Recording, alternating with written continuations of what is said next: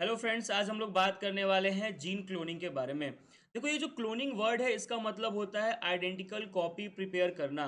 और यहाँ पर हम जीन का आइडेंटिकल कॉपी प्रिपेयर करेंगे, इसलिए हमने इसको क्या बोला है, जीन क्लोनिंग।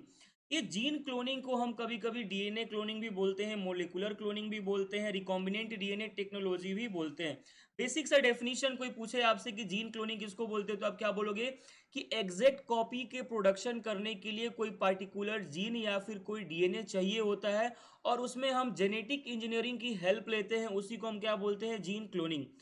सबसे मोस्ट इंपॉर्टेंट बात यहाँ पर ध्यान रखने की क्या है कि अगर आपको किसी भी ऑर्गेनिज्म से कोई जीन चाहिए, तो आप एक पार्टिकुलर जीन किसी ऑर्गेनिज्म से आइसोलेट नहीं कर सकते हो। आपको अगर वो जीन चाहिए, उसके लिए आपको डीएनए के सीक्वेंस को आइसोलेट करना पड़ेगा। क्या करना पड़ेगा? डीएनए के सीक्वेंस को आइसोलेट करना पड़ेगा। तो एक दिमाग में बैठा लीजिए आप कि कभी भी एक पार्टिकुलर जीन को हम आइसोलेट नहीं कर सकते हैं किसी ऑर्गेनिज्म से। ध्यान रखना है, मैंने बोला है किसी ऑर्गेनिज्म से, मैंने किसी डीएनए से नहीं बोला है। किसी भी ऑर्गेनिज्म से कोई भी पार्टिकुलर जीन आइसोलेट नहीं हो सकता है। अगर हमें कोई जीन ऑफ इंटरेस्ट चाहिए तो हमें उसके लिए क्या करना पड़ेगा, उस एक डीएनए के सीक्वेंस को ही निकालना पड़ेगा। आपने पहले से थोड़ा बहुत पढ़ रखा होगा, ये मानते हुए मैं सीधे चलता हूँ प्रोसीजर के ऊपर कि आखिर जीन क्लोनिंग का प्रोसीजर क्या है। देखो, मान लो मैंने कोई ऑर्गेनिज्म लिया, मान लो कोई मैंने यूकैरियोटिक सेल लिया। ऑर्गेनिज्म से क्या लिया मैंने? यूकैरियोटिक लिया। इस यूकैरियोटिक के अंदर डीएनए के एक सीक्वेंस को मैंने लिया। अब क्या है कि इस ऑर्गेनिज्म से हमें जीन चाहिए। अब जीन तो हम डायरेक्ट निकाल नहीं सकते हैं, तो हम क्या करेंगे कि इस डीएनए को बाहर निकालेंगे। चलो, मैंने इस डीएनए को बाहर निकाल दिया है। मैंने इस डीएनए को बाहर निकाल दिया है। अब ये जो डीएनए है, इस डीएनए पर हमारा जीन ऑफ इंटरेस्ट है। मान लो ये पिंक कलर का जीन ऑफ इंटरेस्ट है। कौन से कलर का? हमारा ये पिंक कलर का। और भी बहुत सारे इस पे जीन्स हैं, जैसे येलो से मैंने जीन बना दिया। और भी बहुत सारे जीन हैं इस पे। तो देखो, हमें करना क्या है कि हमें ये पिंक वाला जीन चाहिए। हमारा जीन ऑफ इंटरेस्ट कौन सा है? ये पिंक वाला। हमारा जीन ऑफ इंटरेस्ट कौन सा है? ये पिंक वाला। तो अब इस जीन ऑफ इंटरेस्ट को निकालने के लिए हमें इस डीएनए के फ्रेगमेंट को, डीएनए को क्या करना पड़ेगा, फ्रेगमेंट में कन्वर्ट करना पड़ेगा। तो हमें पता है कि डीएनए को काटने का काम कौन करता है? Restriction enzyme. कौन? Restriction endonuclease enzyme. Endonuclease enzyme काम करता है। तो ये रेस्ट्रिक्शन एंडोन्यूक्लियस एंजाइम इसको तोड़ देगा फ्रेगमेंट्स में। इसमें तोड़ देगा, फ्रेगमेंट्स में तोड़ देगा। फ्रेगमेंट्स में तोड़ दिया तो मान लो कि इस फ्रेगमेंट में हमारा जीन ऑफ इंटरेस्ट आया है, इस फ्रेगमेंट में, और इस फ्रेगमेंट में हमारा जीन ऑफ इंटरेस्ट आया है। अब इस डीएनए के फ्रेगमेंट में से हमें इस पार्टिकुलर जीन को निकालना है। तो हम निकालेंगे कैसे? एम्प्लीफिकेशन कर देंगे। क्या कर देंगे? एम्प्लीफिकेशन कर देंगे। हमें पता है कि एम्प्लीफिकेशन में हम किसका यूज करते हैं?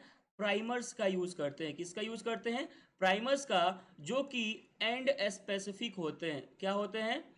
एंड स्पेसिफिक होते हैं। मान लो ये हमारा जो जीन ऑफ इंटरेस्ट था, इसका एक एंड और दोनों एंड पर स्पेसिफिक रिसेप्टर्स प्रेजेंट होंगे, जो कि इसको आइसोलेट करेंगे। ठीक है। अब देखो, ये जो हमारा फ्रेगमेंट मिला है, इसको हमें किसी ना किसी होस्ट सेल में भेजना पड़ेगा। किसी ना किसी होस्ट सेल में भेजना पड़ेगा। किसी ना किसी होस्ट सेल में भेजना पड़ेगा हमें। मान लो ये होस्ट सेल किसका है? बैक्टीरिया का है। मान लो ये होस्ट सेल किसका है? बैक्टीरिया का है। अब इन डीएनए के फ्रेगमेंट्स को जब हमें बैक्टीरियल सेल में भेजना है, तो जाने के लिए कोई ना कोई व्हीकल चाहिए। जाने के लिए कोई ना कोई व्हीकल चाहिए। तो जो व्हीकल होता है, जो इन फ्रेगमेंट्स को लेके जाता है, उसको हम क्या बोलते हैं? Vector molecule. क्या बोलते हैं? वेक्टर मॉलिक्यूल बोलते हैं। और उन्हीं को हम और क्या बोलते हैं? Vehicle molecule. देखो, ये जो वेक्टर होता है और कुछ नहीं बल्कि कनेक्टिंग लिंक है किसके किसके बीच में? उस डीएनए के फ्रेगमेंट्स के और बैक्टीरियल होस्ट सेल के बीच में। देखो, जैसे हमने इन डीएनए के फ्रेगमेंट्स को काट के अलग अलग किया था, वैसे ही हमें इस वेक्टर को भी काटना पड़ेगा। तो वेक्टर को भी काटने का काम कौन करेगा? रेस्ट्रिक्शन एंडोन्यूक्लियस एंजाइम काम करेगा। चलो, इसको भी हम काटते हैं। और हमें पता है यार, वेक्टर कैसा होता है? डबल स्ट्रैंडेड होता है। कैसा होता है? डबल स्ट्रेंडेड सर्कुलर होता है, पता है हमें। अब इसको काटते हैं हम, चलो चलो काटा, ये हमने इसको क्या कर दिया है, कट कर दिया है, हमने कट कर दिया है। अब कट करने के बाद हम क्या करेंगे कि हमारा जो जीन ऑफ इंटरेस्ट है इसको ला करके यहाँ पर हम अटैच करेंगे। जीन ऑफ इंटरेस्ट को क्या करेंगे, लाकर हम यहाँ पर अटैच कर देंगे। जीन ऑफ इंटरेस्ट को हम लाकर क्या कर देंगे, अटैच कर देंगे। एक सेकेंड में कलर चेंज कर देता हूँ, मैं इस अपने जीन ऑफ इंटरेस्ट का कलर चेंज कर देता हूँ, क्योंकि यहाँ पर मैंने गलती से वाइट कलर का ही बना दिया है। तो मैं ले लेता हूँ येलो कलर का अपना gene of interest. Gene of interest कौन से कलर का, येलो कलर का। तो यहाँ पे भी मैं येलो कलर से ही जीन ऑफ इंटरेस्ट को ज्वाइन कर देता हूँ, ये लो। तो ये था हमारा वेक्टर, और उस वेक्टर के साथ में जुड़ गया है क्या चीज़, हमारा जो जीन ऑफ इंटरेस्ट था। ये क्या है हमारा, gene of interest. Gene of interest का मतलब क्या है कि जो हम पार्टिकुलर जीन उस ऑर्गेनिज्म से आइसोलेट करना चाहते थे। देखो ये जितनी भी चीज़ें हो रही होती हैं ये ऐसी हवा में नहीं होती हैं, ये एक ट्यूब के अंदर हो रही होती है। किसके अंदर हो रही होती है, एक ट्यूब के अंदर हो रही होती है। इसके अंदर, ट्यूब के अंदर, एक ये ट्यूब के अंदर हो रही होती है, ठीक है। इस ट्यूब के अंदर हम क्या ऐड करते हैं, लाइगेज एंजाइम। क्या ऐड करते हैं, लाइगेज एंजाइम ऐड करते हैं। क्या ऐड करते हैं, लाइगेज एंजाइम। ये लाइगेज एंजाइम क्या करता है कि इस वेक्टर मॉलिक्यूल से हमारे जीन ऑफ इंटरेस्ट को क्या कर देता है, ऐड कर देता है। क्या करता है, ऐड कर देता है। और इसी को हम बोलते हैं क्या, रिकॉम्बिनेंट डीएनए मॉलिक्यूल। क्या बोलते हैं इसी को, रिकॉम्बिनेंट डीएनए मॉलिक्यूल। इसी को हम बोलते हैं रिकॉम्बिनेंट डीएनए मॉलिक्यूल। जैसे कि मान लो हमारा प्लाज्मिड हो गया, कौन सा, प्लाज्मिड, जो कि क्या है, एक्स्ट्रा क्रोमोजोमल डीएनए है। किसका, एक्स्ट्रा क्रोमोजोमल डीएनए है, किसका, ई कोलाई का। किसका, ई कोलाई का, ठीक है। तो यहां तक बात समझ में आई। हमने क्या किया कि एक यूकैरियोटिक से हमने एक डीएनए को निकाला, उस डीएनए में से हमने अपने जीन ऑफ इंटरेस्ट को निकाला। जो जीन ऑफ इंटरेस्ट हमने निकाला था उसको वेक्टर मॉलिक्यूल के साथ हमने ऐड कर दिया, और वेक्टर मॉलिक्यूल के साथ ऐड किया किसके प्रेजेंस में, लाइगेज एंजाइम के प्रेजेंस में। ये सारी चीजें एक टेस्ट ट्यूब के अंदर हो रही होती है। अब हमने रिकॉम्बिनेंट मॉलिक्यूल बना लिया है। हमारा जो जीन क्लोनिंग का प्रोसेस क्या होता है कि आइसोलेशन ऑफ डीएनए, फिर से isolation of gene of interest, वो भी हमने कर लिया। फिर क्या था कि वेक्टर मॉलिक्यूल के साथ उसको इंटीग्रेट कराना, वो भी कर दिया है। चौथा स्टेप हमारा क्या है कि ये जो बना है रिकॉम्बिनेंट डीएनए मॉलिक्यूल, इसको पर्टिकुलर होस्ट में भेजने का। देखो जब हम पीसीआर पढ़ते हैं तो पीसीआर में भी हम जीन का कॉपी बनाते हैं बहुत सारा, लेकिन पीसीआर और जीन क्लोनिंग में अंतर क्या है, पीसीआर और जीन क्लोनिंग में अंतर क्या है कि जो तुम पीसीआर में एग्जैक्ट कॉपी बना रहे हो तो उसको किसी ऑर्गेनिज्म में भी तो भेजना पड़ेगा। देखो बायोटेक्नोलॉजी में कोई भी चीज़ें होती हैं तो क्या है, प्रॉफिट के नाम पे होती है, ठीक है। हमने बायोटेक्नोलॉजी क्या किया है कि इंजीनियरिंग का हेल्प लेके हम कुछ डेवलप करें, तो जब कुछ डेवलप कर रहे हैं तो उससे हमें कुछ प्रॉफिट भी होना चाहिए। पीसीआर में तुमने तो एग्जैक्ट कॉपी बना लिया पर उसको ऑर्गेनिज्म में भेजोगे कैसे, वहां पर एक प्रॉब्लम है। लेकिन जीन क्लोनिंग में क्या है कि जीन क्लोनिंग में एग्जैक्ट कॉपी हम बना भी रहे हैं, और वेक्टर मॉलिक्यूल्स के साथ में हम उसको एक पर्टिकुलर होस्ट में भी भेज रहे हैं।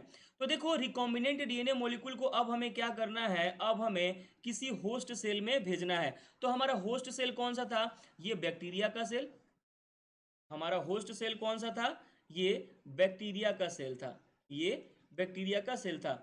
देखो अभी भी काम सारे, ये आप लोग पॉज करके वीडियो लिख लेना बाद में, अभी भी सारे काम टेस्ट ट्यूब के अंदर ही हो रहे हैं। ऐसा नहीं है कि ऐसे कोई बाहर किसी प्लेट पर रख दिया और काम हो रहा हो, ठीक है। तो अब इसको हमें होस्ट सेल के अंदर भेजना है। तो होस्ट सेल के अंदर ये ऐसे ही नहीं चला जाएगा।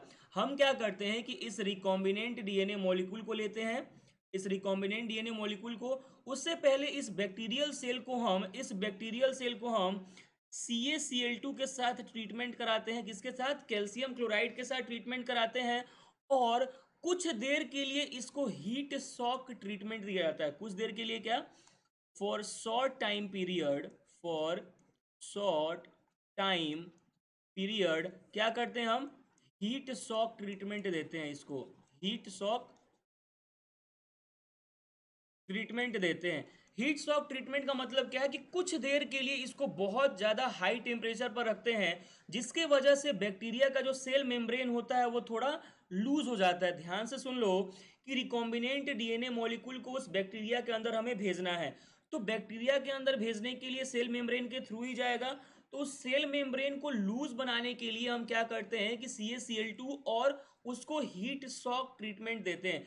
हीट शॉक ट्रीटमेंट का मतलब क्या है कि कुछ देर के लिए टेम्परेचर बहुत ज़्यादा हाई कर देते हैं, जिससे उसका मेम्ब्रेन लूज हो जाता है और डीएनए रिकॉम्बिनेंट मॉलिक्यूल उसके अंदर चला जाता है। मैं इसको हीट शॉक ट्रीटमेंट देते हैं और उसके बाद से ये जो डीएनए रिकॉम्बिनेंट मॉलिक्यूल है कहाँ चला जाता है, होस्ट के अंदर चला जाता है। चलो मान लिया कि होस्ट के अंदर हमारा जो रिकॉम्बिनेंट डीएनए मॉलिक्यूल था वो आ चुका है। जीन ऑफ इंटरेस्ट हमने येलो से बनाया था, चलो यहाँ बना दिया।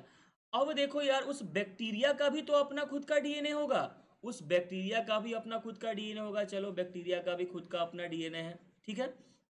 अब क्या होता है कि तुम्हें ध्यान रखना है कि जो वेक्टर है या फिर डीएनए रिकॉम्बिनेंट मॉलिक्यूल है, इसके कुछ प्रॉपर्टीज होते हैं। प्रॉपर्टीज बोले तो जैसे जैसे कि ये सेल्फ रेप्लिकेटिंग होता है, जैसे ये सेल्फ रेप्लिकेटिंग होता है। कैसा होता है, सेल्फ रेप्लिकेटिंग होता है। और प्रॉपर्टीज क्या होती हैं, और प्रॉपर्टीज में ये CaCl2 मिटा रहा हूं यहां से। और प्रॉपर्टीज क्या होती हैं कि इनके पास सिलेक्शन मार्कर्स भी प्रेजेंट होते हैं। क्या प्रेजेंट होते हैं, सिलेक्शन मार्कर्स भी प्रेजेंट होते हैं। ये क्या करते हैं अभी आगे आपको पता चलेगा। सिलेक्शन मार्कर्स जैसे antibiotic antibiotic resistance gene, antibiotic resistant gene, ठीक है। अब देखो, जब ये सेल्फ रेप्लिकेटिंग है तो बैक्टीरियल सेल के अंदर जाकर ये क्या करेंगे, अपने आप को रेप्लिकेट करेंगे, अपना रेप्लिकेशन करेंगे। तो रेप्लिकेशन करेंगे तो देखो कुछ कहानी ऐसे बनेगी, रेप्लिकेशन करेंगे तो कुछ कहानी ऐसे बनेगी। ये तो हमारा बैक्टीरिया का खुद का डीएनए था। अब देखो ये जब रेप्लिकेशन करेंगे तो कुछ ऐसे, रेप्लिकेशन का मतलब क्या होता है यार, अपना नंबर बढ़ाना। तो देखो इनका नंबर बढ़ रहा है, इनका नंबर बढ़ रहा है। इस बैक्टीरियल सेल का क्या हुआ है बच्चों, डिवीजन हुआ है। तो जब डिवीजन हुआ है तो दो पार्ट में ये बनेगा, तो एक पार्ट ये हो गया और एक पार्ट में नीचे बना दे रहा हूँ, ठीक है। आप लोग अपने से अच्छे से डायग्राम बना लेना, मेरे को उतना अच्छे से डायग्राम आता नहीं है, ठीक है। तो इसमें भी बना दो, जीन ऑफ इंटरेस्ट यहाँ पर ज्वाइन कर दो, जीन ऑफ इंटरेस्ट ज्वाइन कर दो, ठीक। तो क्या हुआ, बैक्टीरियल सेल का डिवीजन हुआ और डिवीजन के साथ साथ दोनों बैक्टीरियल सेल में देखो ये पहुंच चुके हैं, कौन, हमारा रिकॉम्बिनेंट डीएनए मॉलिक्यूल, जो कि सेल्फ रेप्लिकेटिंग होता है तो अपने आप पे रेप्लिकेशन कर लेता है। अब देखो ये होस्ट सेल में चला भी गया है और इसका रेप्लिकेशन भी हो गया। अब हम क्या करेंगे कि इसको हम अगार प्लेट पर, इस पे अगार प्लेट पर रखेंगे और उस प्लेट पर कुछ एंटीबायोटिक भी होंगे, कुछ एंटीबायोटिक भी होंगे, जैसे एम्पिसिलिन, जैसे टेट्रासाइक्लिन, एम्पिसिलिन और टेट्रासाइक्लिन, ठीक है। अगार प्लेट क्या होता है, ये एक न्यूट्रिएंट मीडियम होता है। क्या होता है, ये एक न्यूट्रिएंट मीडियम होता है जिस पर कि हम बैक्टीरिया की कॉलोनी को ग्रो कराना चाहते हैं। और हम ये चाहते हैं कि वैसे बैक्टीरियल कॉलोनी ग्रो हो जिनमें कोई ना कोई ट्रांसफॉर्मेशन हुआ हो। हम क्या चाहेंगे, देखो यार, हम जीन ऑफ इंटरेस्ट ले रहे हैं तो हम ये भी चाहेंगे ना कि जो हमारा बाहर में आइसोलेट कर रहे हैं, देखो वर्ड होता है ना एक्सप्रेशन करना, तो पार्टिकुलर जीन कोई पार्टिकुलर प्रोटीन को एक्सप्रेस करता है, पार्टिकुलर जीन कोई पार्टिकुलर प्रोटीन को आइसोलेट करता है या फिर रिप्रेजेंट करता है, ठीक है। तो इस आगार प्लेट पर बैक्टीरिया के कॉलोनी को ग्रो कराएंगे, किसको, बैक्टीरिया के कॉलोनी को ग्रो करते हैं और हम एक्सपेक्ट करते हैं कि वही ग्रो करे जिसमें कोई ना कोई ट्रांसफॉर्मेशन हुआ हो। जैसे मान लो कि यहाँ पर एम्पीसिलिन रेजिस्टेंट वाला एंटीबायोटिक प्रेजेंट है, AMPR, ठीक है। क्या है, AMPR, तो सब में AMPR होगा, सब में AMPR, AMPR, AMPR और AMPR होगा, ठीक है। तो इस आगार प्लेट पर वो रिकॉम्बिनेंट डीएनए मॉलिक्यूल ग्रो करेंगे जिनके अंदर क्या होगा, AMPR वाला होगा। जैसे मान लो कि इस अगार प्लेट पे जो एंटीबायोटिक प्रेजेंट था वो कौन सा था, एम्पिसिलिन। मान लो इस अगार प्लेट के साथ जो एंटीबायोटिक प्रेजेंट था वो कौन सा था, एम्पिसिलिन का। और हमने पता है कि हमारा जो ऊपर का वेक्टर है उसके अंदर क्या प्रेजेंट है, एम्पिसिलिन रेजिस्टेंट एंटीबायोटिक प्रेजेंट है। तो इस प्लेट पे कौन ग्रो करेगा, जिसके पास एम्पिसिलिन रेजिस्टेंट एंजाइम या फिर एंटीबायोटिक होगा।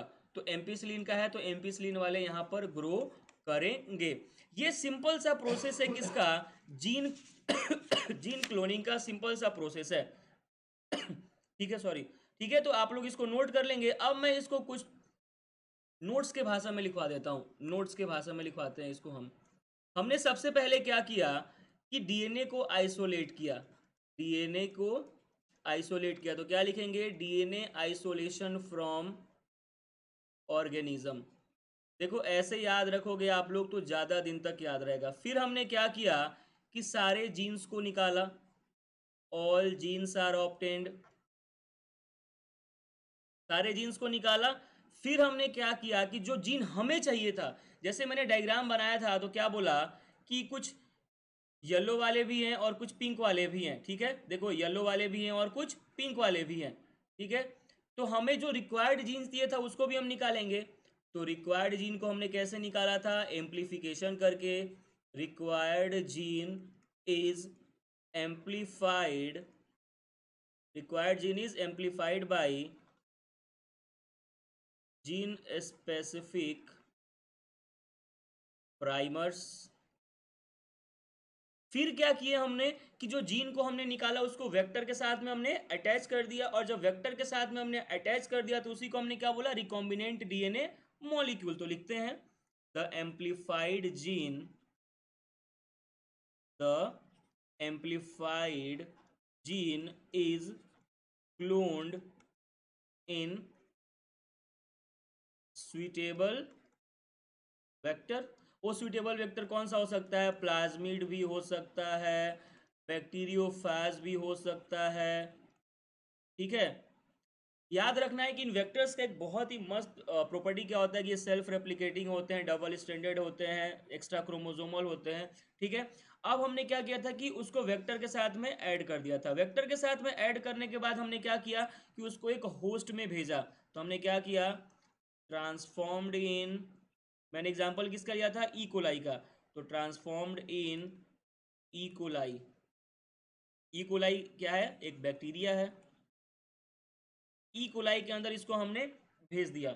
जब ई कोलाई के अंदर इसको भेज दिया तो क्या हुआ कि वहां पर इसका रेप्लिकेशन हुआ। तो क्या बोलेंगे, largest copies of required gene are obtained. कैसे ऑब्टेन्ड किया गया बच्चों, वहां पर क्या हुआ, क्लोनिंग, वाया क्लोनिंग और डीएनए रेप्लिकेशन। देखो क्लोनिंग का सिंपल सा मतलब होता है आइडेंटिकल कॉपी प्रिपेयर करना। जब हमने रेप्लिकेशन हो गया था उसका तो फिर हमने क्या किया कि एक्सप्रेशन करवाया उसका। जैसे मैंने आपको एग्जांपल दिया AMPR वाला। फिर क्या हुआ, एक्सप्रेशन ऑफ जीन, पता किए कि किसका जीन है वो, expression of gene. Expression of gene का मतलब क्या होता है, दो चीज़, ट्रांसक्रिप्शन और ट्रांसलेशन। ट्रांसक्रिप्शन और, जहां कहीं भी आपको एक्सप्रेशन ऑफ जीन मिले उसका मतलब हो जाएगा ट्रांसक्रिप्शन और ट्रांसलेशन, ट्रांसक्रिप्शन और ट्रांसलेशन। ठीक है, उसके बाद हमने क्या किया कि उसको प्यूरिफाई किया। तो क्या होगा, प्यूरिफिकेशन ऑफ रिक्वायर्ड प्रोडक्ट, या फिर क्या बोल सकते हैं प्रोडक्ट वो क्या होगा, प्रोटीन। तो ये हमारा हमारा बेसिक था किसके बारे में, जीन क्लोनिंग के बारे में। याद रखना है कि पीसीआर से भी आइडेंटिकल कॉपी बनता है और जीन क्लोनिंग से भी आइडेंटिकल कॉपी बनता है, पर प्रीफर हम करते हैं जीन क्लोनिंग। क्यों करते हैं, क्योंकि इसमें हमारे पास एक सुविधा उपलब्ध है कि इसको जिस होस्ट में भेजना होगा हम उस होस्ट में भेज सकते हैं। एक बार और मैं रिवाइज करा दूं आपको। हमने क्या किया कि एक ऑर्गेनिज्म लिया, उसके अंदर से डीएनए को निकाला। उस डीएनए में बहुत सारे जीन होते हैं, तो हमने अपने जीन ऑफ इंटरेस्ट को निकालने के लिए क्या किया, पहले तो इस डीएनए को फ्रेगमेंट्स में ब्रेक कर दिया। किसके हेल्प से, रेस्ट्रिक्शन एंडोन्यूक्लियस एंजाइम के हेल्प से। अब ये जो फ्रेगमेंट्स बने थे, इन फ्रेगमेंट्स में से हमें पर्टिकुलर जीन ऑफ इंटरेस्ट को निकालना था। हमने क्या किया कि इसका एम्पलीफिकेशन करा दिया। एम्पलीफिकेशन में हम क्या करते हैं, प्राइमर्स का हेल्प लेते हैं। प्राइमर्स जो कि एंड स्पेसिफिक होते हैं, तो उस पार्टिकुलर सीक्वेंस को निकाल देते हैं। अब निकालने के बाद से उसे हमें किसी होस्ट सेल में भेजना है। मान लो हमने वो होस्ट सेल बैक्टीरिया ले लिया।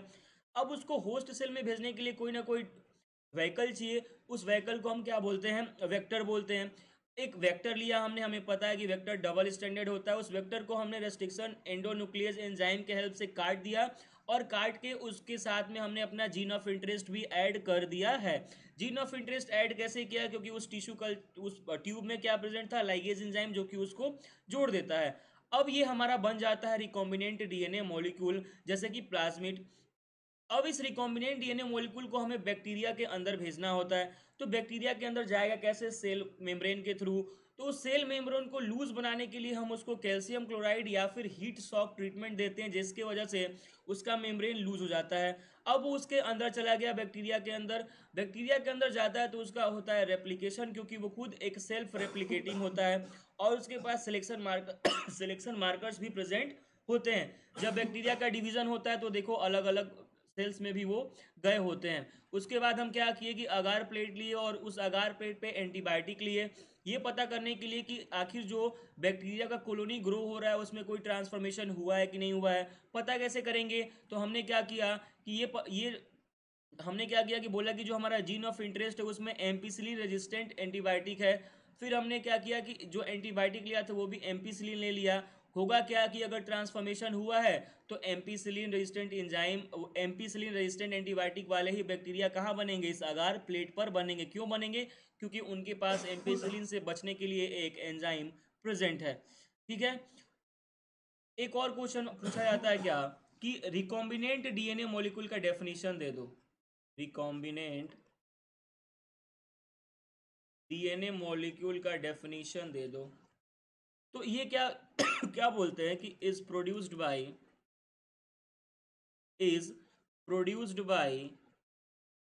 ज्वाइनिंग टुगेदर टू और more DNA segments, usually originating from, common सी बात है, टू डिफरेंट स्पीसीज।